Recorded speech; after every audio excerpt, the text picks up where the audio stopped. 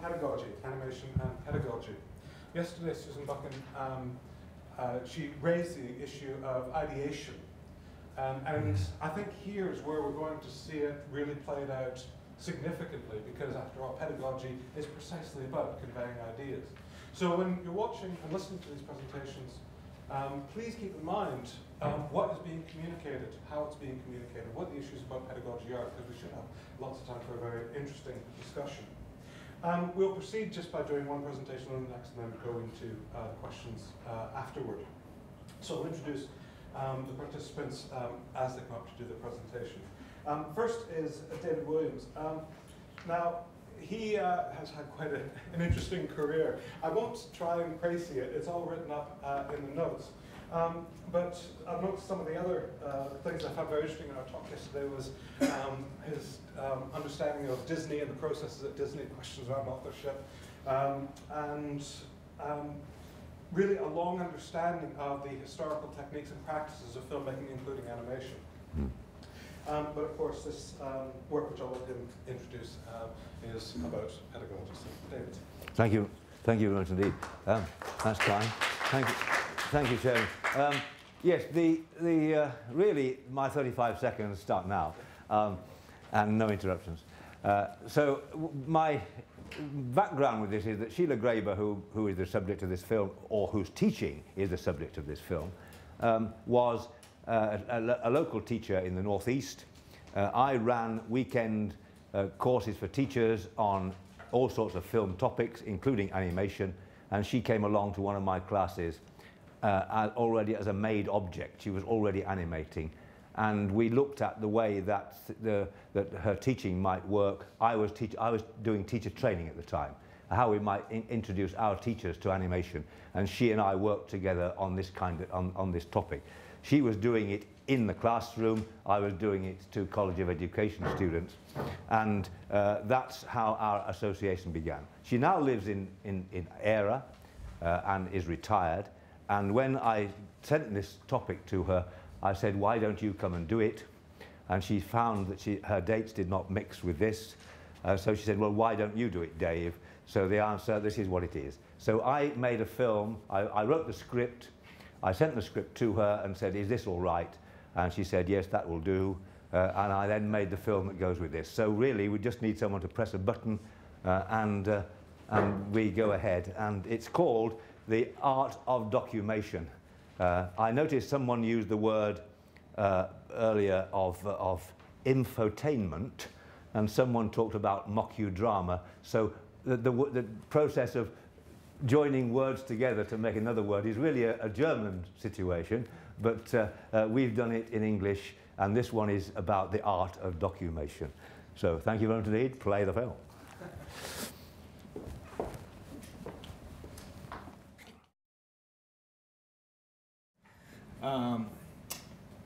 So that was a good intro.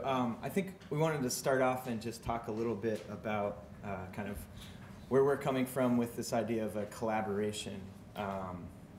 Sujan and I work in a university, and normally, you'd think that art and film departments would be somewhat closely connected or in the same building at least, but we're actually completely divided and all the way across campus. So we created this course partly to try to bring together film students that don't really have that much fine art background in our university, and fine art students with Sujan. Right. So when we started this, Phil and I had a talk, and actually Phil and I went to grad school together too. So we had our work were we knew each other's work as well. So when we started in Towson, we started talking about this class, how can we collaborate? Because usually there's a lot of talk happens, but not much of the collaboration. And then we just have the film and fine arts really separated there. And so we don't get exposed to one another very much. And so one of the ideas was to kind of interact with the kids and then the students and actually bring them together in one area and see what comes out of it. And so this was between two different departments. We worked on one single project. The idea was to work with one project throughout the semester and see how the experiment works. We wanted to kind of get out of this academic structure of rigidity. a little bit, because there's always this enforcement in classroom practice. And so we wanted to create a little bit of organic structure and see how students explores the idea of these different aspects of documentations, film, animation, fine art approaches from all different areas. So that was the couple of points that we wanted to really enforce in this class in terms of how we wanted to work it out. Yeah, I mean, another key thing to note is that we had many students, this was sort of a senior level class, but we had many students who'd never done any animation ever, or even like thought about making animation. They just took the class. But we had students with, you know, really good backgrounds in film editing or sound design. Specifically, we had a couple students that were audio majors. And then we had, you know, fine arts students that had, most of the fine arts students had done a lot of animation, but hadn't really focused too much on story and definitely had never approached a documentary subject. So we were trying to bring these two sort of groups together and see what happens. So it was an experiment on our part to see how they would mesh together. So when we started this class, you know, Sujan and I ourselves, when we started thinking about it, just started asking ourselves questions. And that was the first thing we did to the students too, was to present questions. This is like a very slimmed down list of questions. We actually just, on the first day of class, gave them, I think it was like 3 pages of questions to start thinking about for this topic.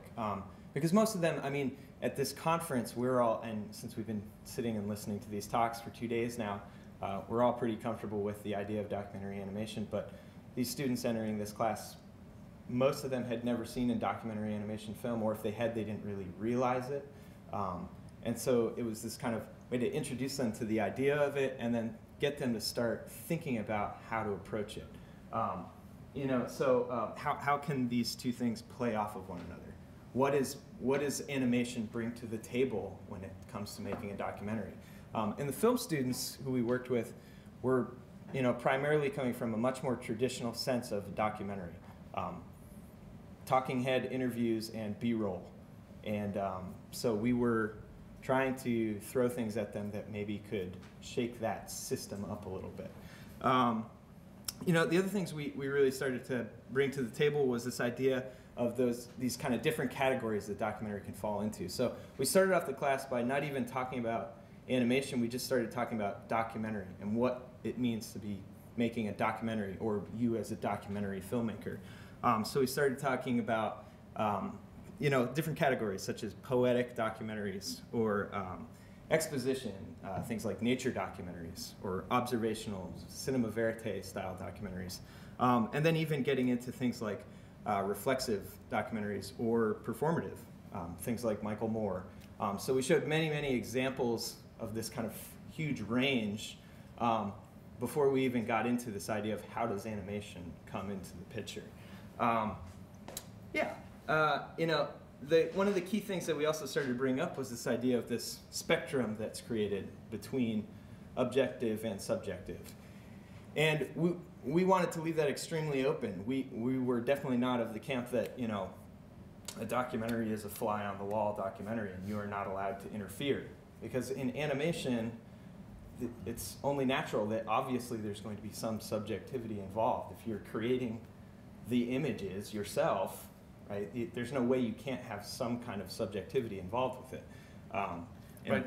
And then one of the things that I was talking about earlier is bringing the organic structure, and that's where it falls into. We were trying to explore this idea of if there's a project design that doesn't have a set structure for what happens with it.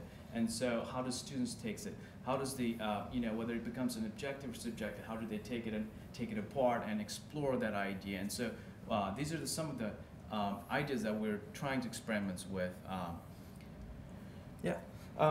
So, I mean, and, you know, after we kind of went through the whole documentary realm, then we started talking about animation. And since a lot of the students had hardly any experience in even just thinking about the basic principles of animation, we had to kind of run through all of that as well.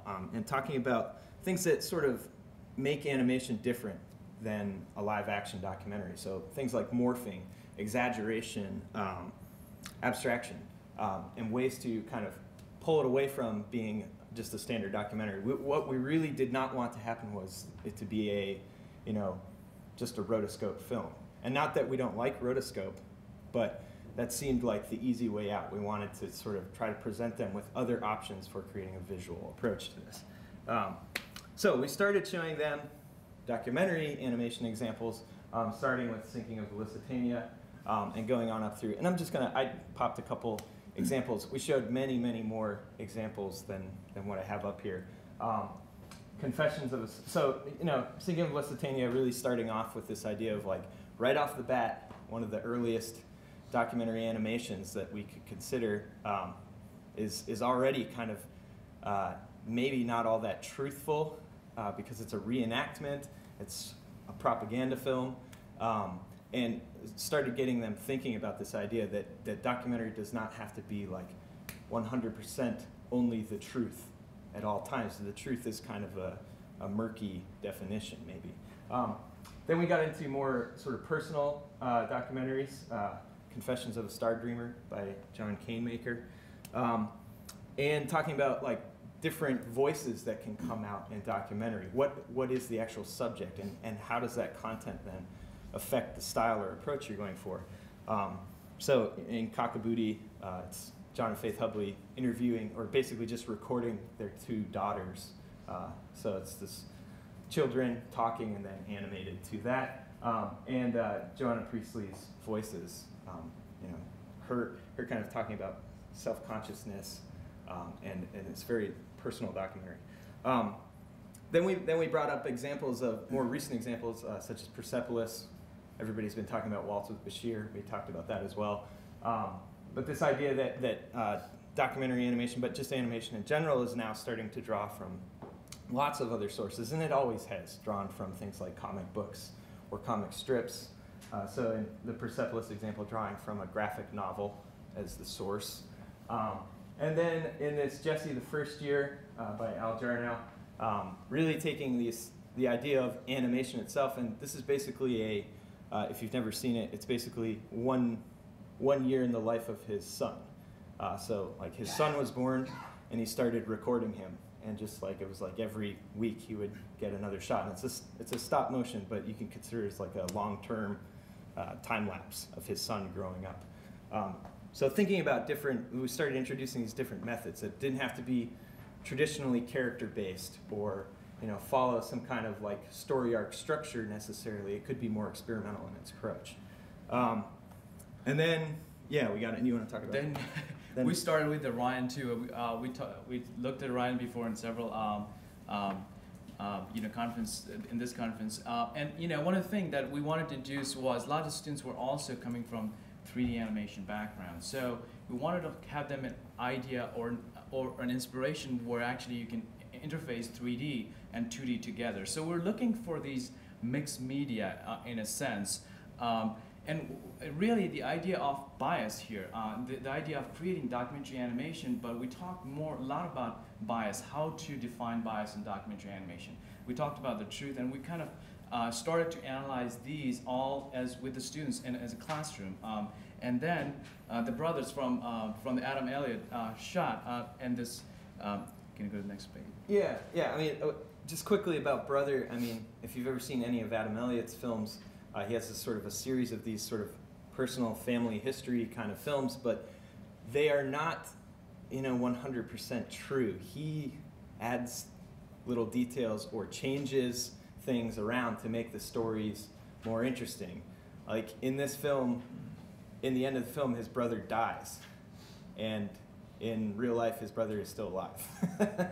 So he's changing things to make it more dramatic or have more of a narrative impact. And so that brought up a lot of discussions in the classes. Oh, well, okay, so it can be sort of more of a documentary form, especially now that that's reality television and all of these different modes of media making are now kind of borrowing from the documentary style, right? Cinema verite or interview style, even if it's not a documentary, right? And if anybody watches The Office, right? You've got these direct addresses and it's an interview, a cutaway, B-roll shot, right? They're borrowing techniques from documentary. So we started talking about that as like, it does not have to be 100% the truth. Go ahead. And then came the topic. That was probably the most hardest thing in the class, to figure out what topic we're going to work on. So the first few weeks, we actually just explored all these films, animation, history, talked about every single thing we could. And then we started talking about topics as well, because we had to work on actually one particular topic for throughout the semester. So at the end, we came up with this topic on consumerism. The idea was, how can we work on a topic every student or everybody is affected with in some ways? And we have this recession going on in the world, and so we thought, well, what about consumerism in America, and look at that in a particular topic and explore that idea and extract from it. So it kind of gives us a freedom to explore every single avenue in consumerism, at least in America, in our perspective and how we live there, you know, in terms of buying, just buying. What do we do with buy? Where do we put them? Do we use 5 pair of shirts at the same time in a week, or do you need 12 pair of shoes? Can you live with 2? So we started to talk about all these things. There were different ideas of topics we talked about, but I think finally we settled on this with all the students. And so that's where we end up. Yeah. With the topic, consumerism. Yeah, consumerism. And then, you know, this was the general broad topic, and then in their groups, they broke it down into more specific areas of this, because that's a huge topic to try to grasp in one film. So the approach that we took to trying to combine these groups together was the model of an exquisite corpse, where we actually did this as an exercise on the second day of class, where we broke them up and we had them make exquisite corpses to start to think about, okay, how is it different if you make an exquisite corpse and you don't see what the other person has drawn? You fold the paper over, and one person draws the head, the next person draws the body, and the last person draws the feet, or in this case, a slow tail. All right.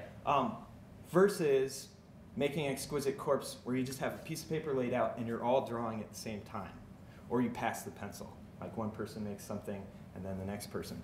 So we started to think about that as, okay, these are 2 different approaches that you could take. You could work in isolation on a specific part and then mash them together at the end and see how it comes out. It might be really interesting, it might not, okay? Or you can all be working kind of collaboratively together at the same time. And we left that open as an option, because some people work better in isolation, especially animators. A lot of animators are kind of like being isolated.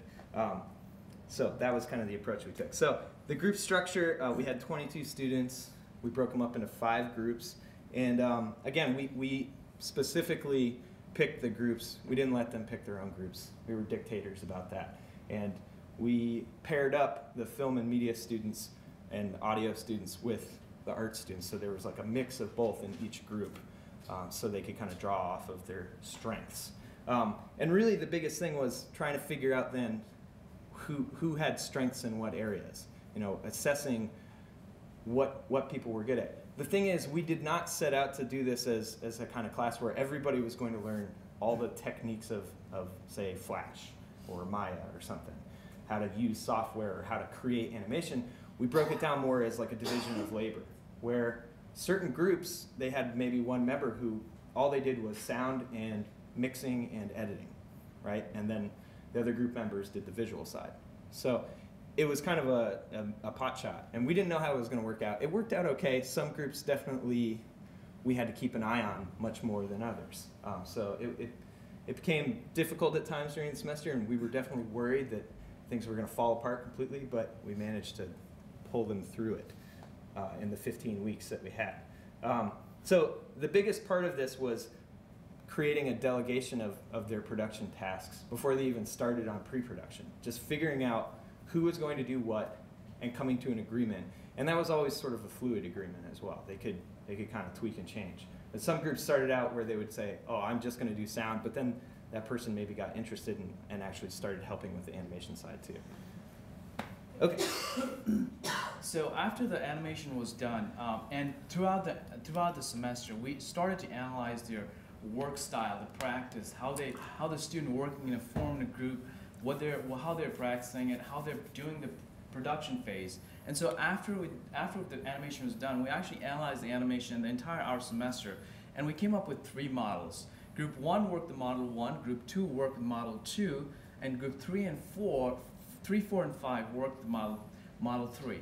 I'm going to talk a little bit about Model, if you could. Yep. So the Model 1 was, we give them a name called the individual isolated style. So it was a combination stop motion, 2D and 3D, rotoscoping, hand-drawn interviews, and voice-over.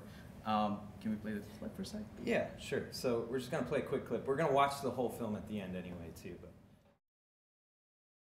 vendors in Zimbabwe that I have actually seen in Towson.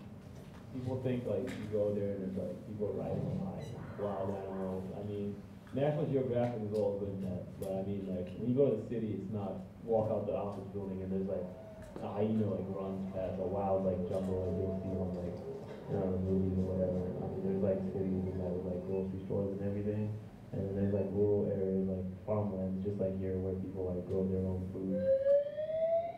From the marketplace. We can get fresh fruit and fresh vegetables. It's pretty good, and it would be cheaper on top of that. The cities would have like tap water, and then like I mean, there's certain places where like in the rural areas you have to walk to get their water, not on like a cow or anything. And I mean, they walk every day to get it. Water was never a problem. When it comes out the tap, you don't drink it. It's probably not a good idea. You gotta like boil it or filter it.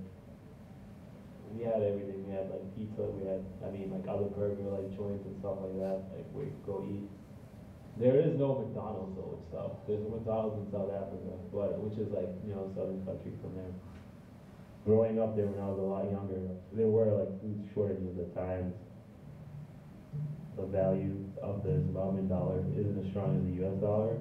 Probably more than like 50% cheaper than it is here.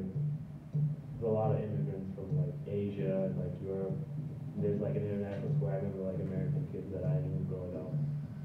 Can't say it's exactly the same as it is here, but I mean it's kind of close.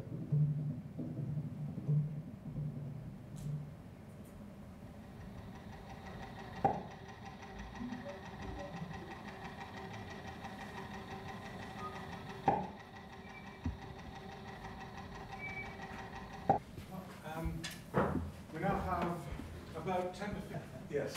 I'd like to ask the two guys from Towson, but what was the most surprising thing that they found out from this experiment? What do you think was the most surprising and useful information or discovery?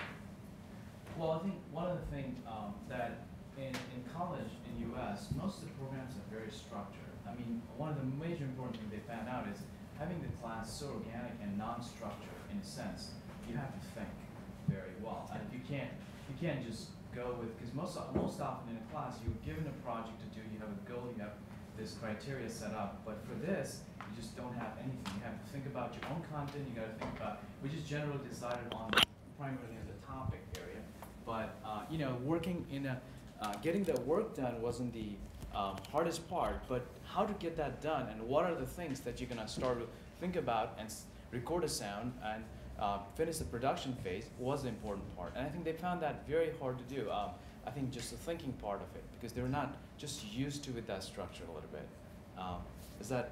yeah, I mean, I think also I think probably the best thing that they learned out of it was that there was this other side that the art students that were more just making these kind of individual animations on their own in either Maya or Flash, this kind of computer-based stuff, had never really done collaborative work. Right. And then you have these film students that came in that pretty much all of their work is, at least, they're like films that are a little longer, they've got their delegation of roles and stuff. And so I think the film students taught the art students a lot, and the art students taught the film students a lot. And I think maybe what the biggest criticism we got was that we didn't,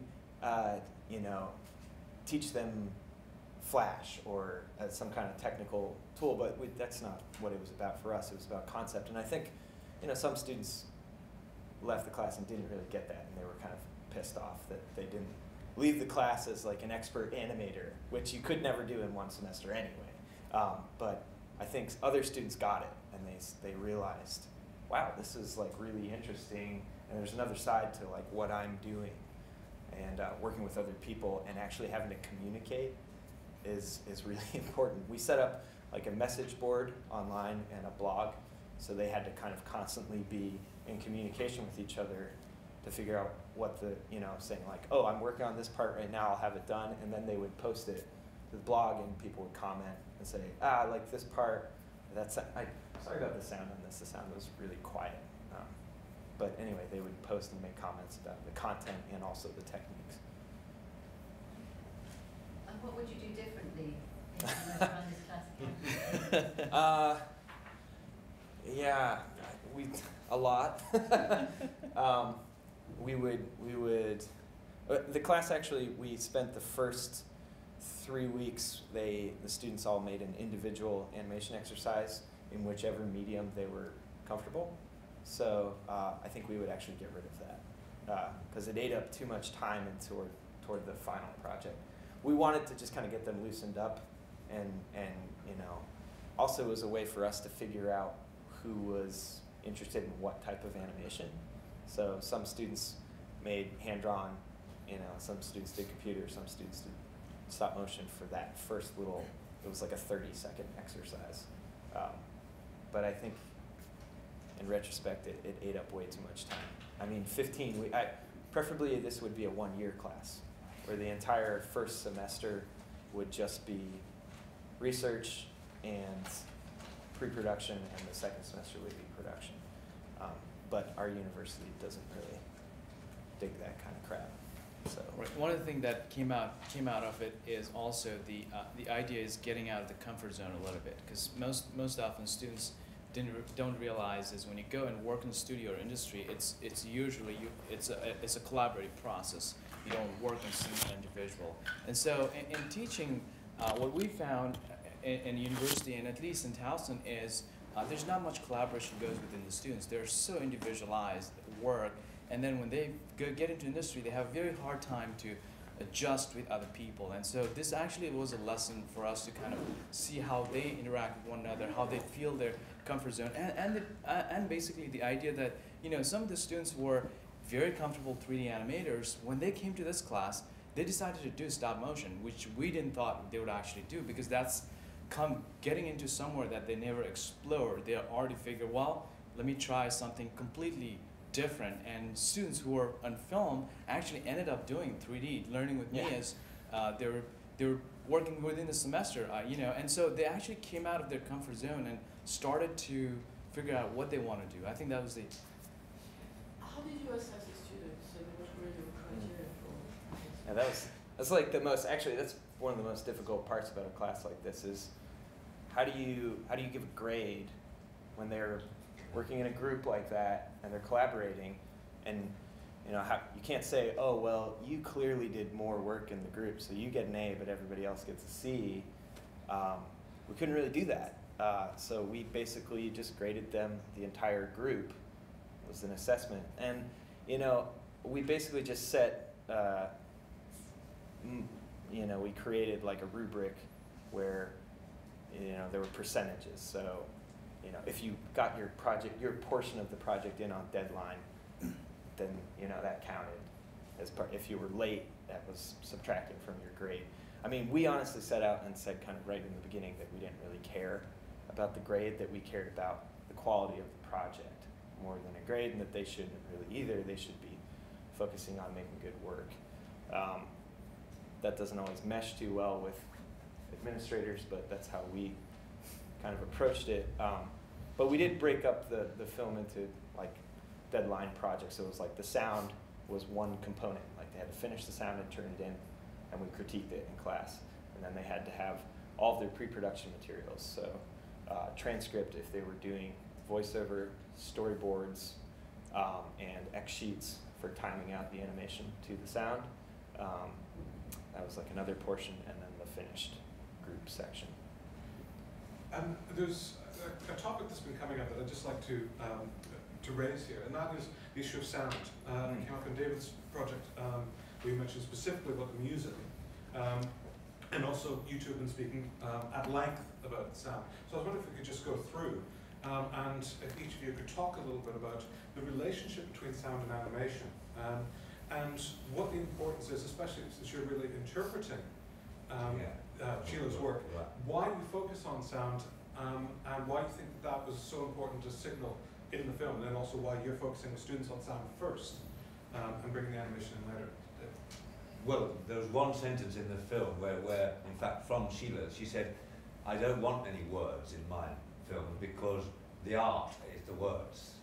And then the music is the words because the music is making the art flow. So she didn't want any words in it at all. And in her other documentaries, historical documentaries, she thinks there are too many words because you have to explain the history of something. So, in a sense, all her artwork is about, there's no words at all. It's always music. And she decided to choose a piece of music which seemed to be appropriate either for the time of whatever the artist was, or for the dynamism of a particular artist. So that, as you see, there was some music. I mean, the horse at the end, you may not know, of course, British people will know what that music is. It's the music that was always used for the introduction of the BBC's horse trial.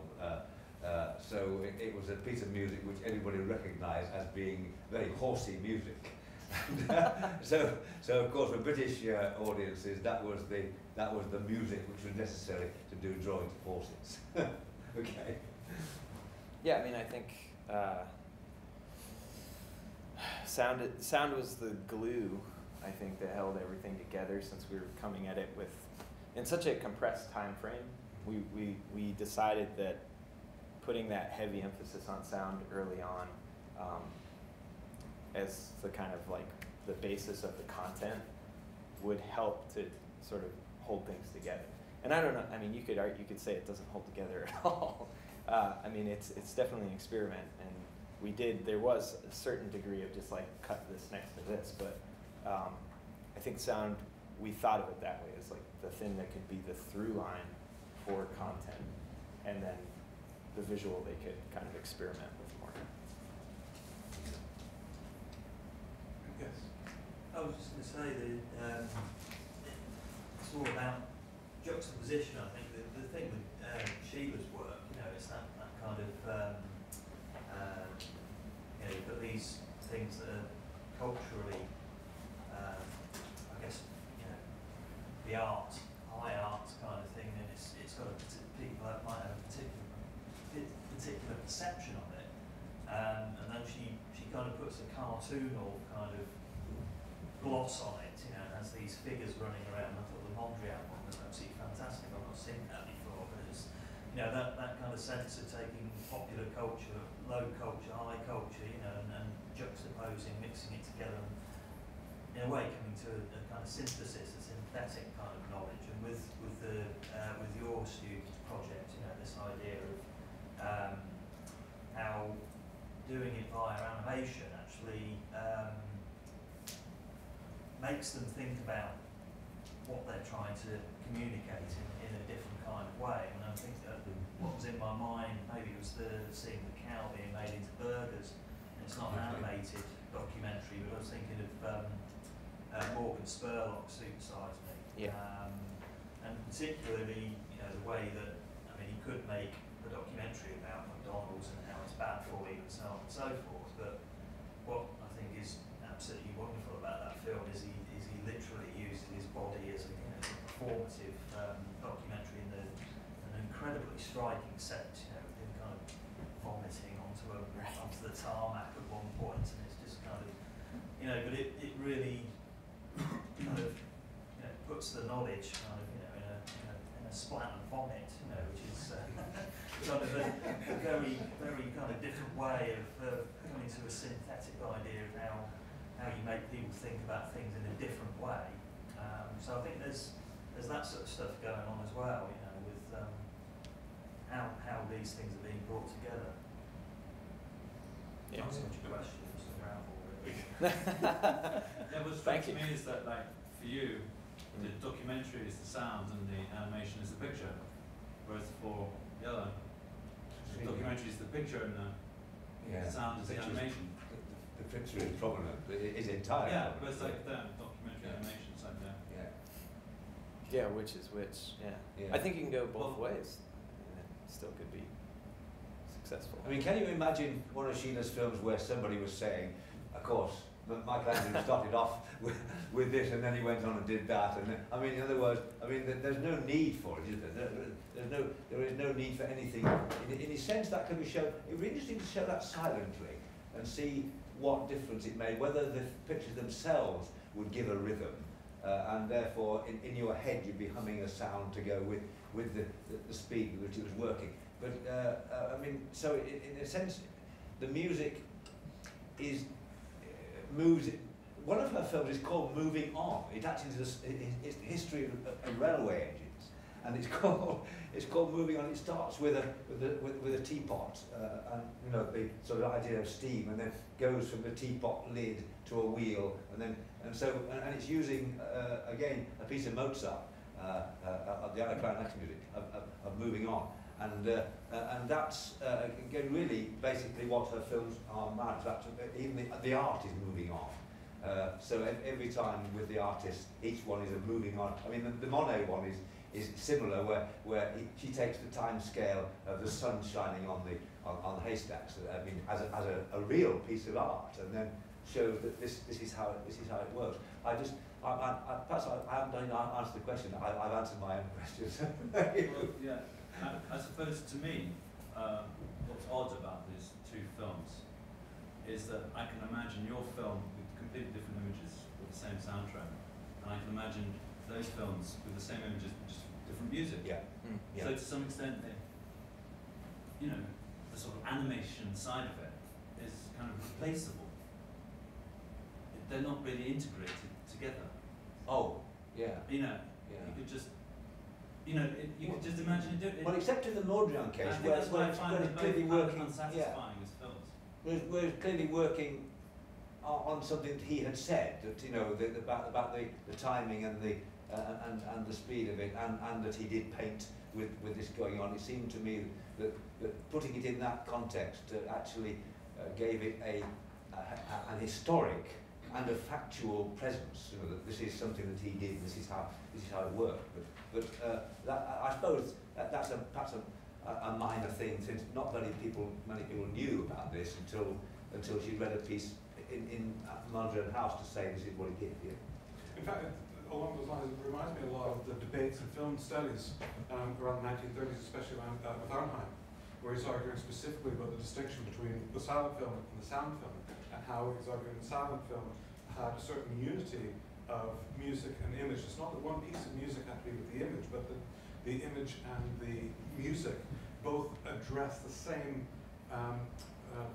mental aspects of the spectator, and the concern that because they were a unified whole, they functioned collectively, whereas he was concerned that the sound film would separate the dialogue aspect of the film from the visual aspect of the film. And while it may still be an audiovisual medium, it's a very different medium from the silent film. And I think that in some ways we can see that distinction going on between these two different films, because in many ways it is dialogue driven, whereas Sheila's work, I think you're probably right, some of it is replaceable, and it would change the work, but the two actually function together. You can see it as a different whole. My impression. Perhaps I misunderstood you. I thought you were saying that they didn't work because of this. No, I'm just saying that I could imagine it differently. Ah, right. Yeah. And the sign, you know, the sort of it's like that. I sort of wanted to. Okay. Let's hold that for a moment for coffee, because we're actually should be at coffee. Okay. That is the lid for the tank. And this young lady is getting married shortly, and I want to present her with a copy of Sheila's book. And also I want to give her a public kiss. I love this man. I just have to tell everyone. I love David Williams. Thank you so much. If anybody would like a DVD of that student film, we have copies of it. If you want. Okay, well that sounds like it's time for coffee. So if you'd like to collect a copy of the DVD, please come up, and otherwise we'll see you all in coffee.